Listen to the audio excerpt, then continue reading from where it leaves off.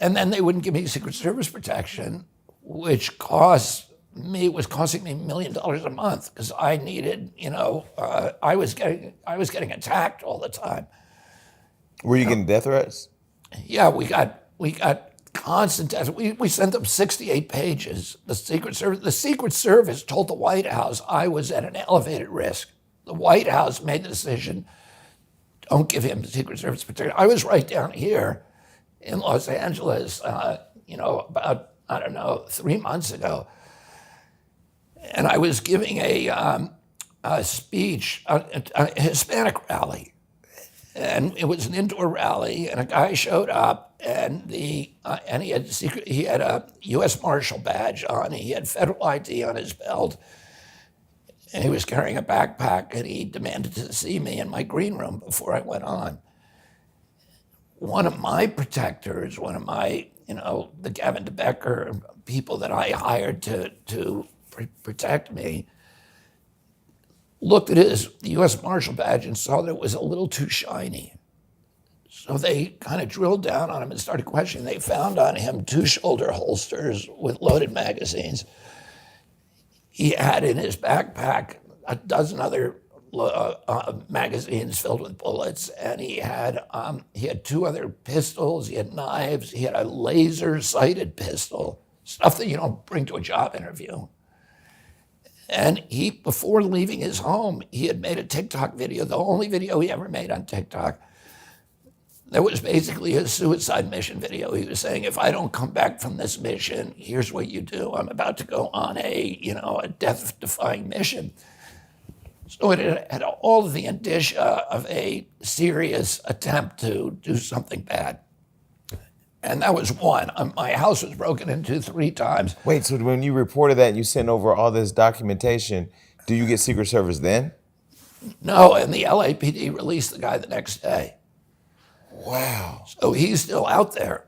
And then I had 3 break-ins at my house. One of the break-ins, a guy made it to the 2nd floor. My family was home. And then the police, LAPD picked him up. 2 hours later, released him, and he came right back to my house and broke in again. So, I'm not worried about my own safety, but I'm worried about my family, and I'm worried about bystanders, because when my father was shot, 6 people also took bullets that night, including one of my father's closest friend, Paul Schrade, who was one of the heads of the United Auto Workers. He took a bullet in the head. And he survived miraculously. He died 2 years ago, and I had a very strong friendship with him. When my uncle was shot, Governor Conley was also shot. When Reagan was shot, Jim Brady and other people were shot. Almost every assassination attempt at a public leader has ended up in bystanders being injured. So I worried about that, and I particularly worry about my family. And but the White House I was the first political presidential candidate in history. When they shot my father, he had won the California primary that night, and he was on his way to the White House, and when he got shot at that time, presidential candidates were not entitled to the Secret Service protection until after the convention, until they were the nominees. But Congress immediately changed the law. They gave everybody Secret Service protection. George Wallace, Gene McCarthy, Hubert Humphrey, all immediately got it. And ever since then they changed the law that said you get it automatically 120 days early.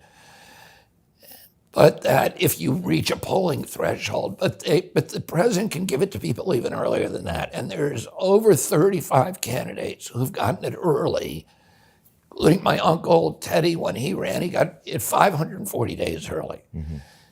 Jimmy Carter, who hated him, gave him Secret Service protection because it was the right thing to do, particularly for my family, because, But you're friends with Biden for 40 years of friendship. Yeah. It wasn't worth you getting Secret Service after somebody broke in your house twice in a day? I mean... Yeah, that made me think President Biden's not making these calls, somebody else is making them, because I just, the guy that I knew for 40 years seemed to me to be a decent man who would, do the gracious thing.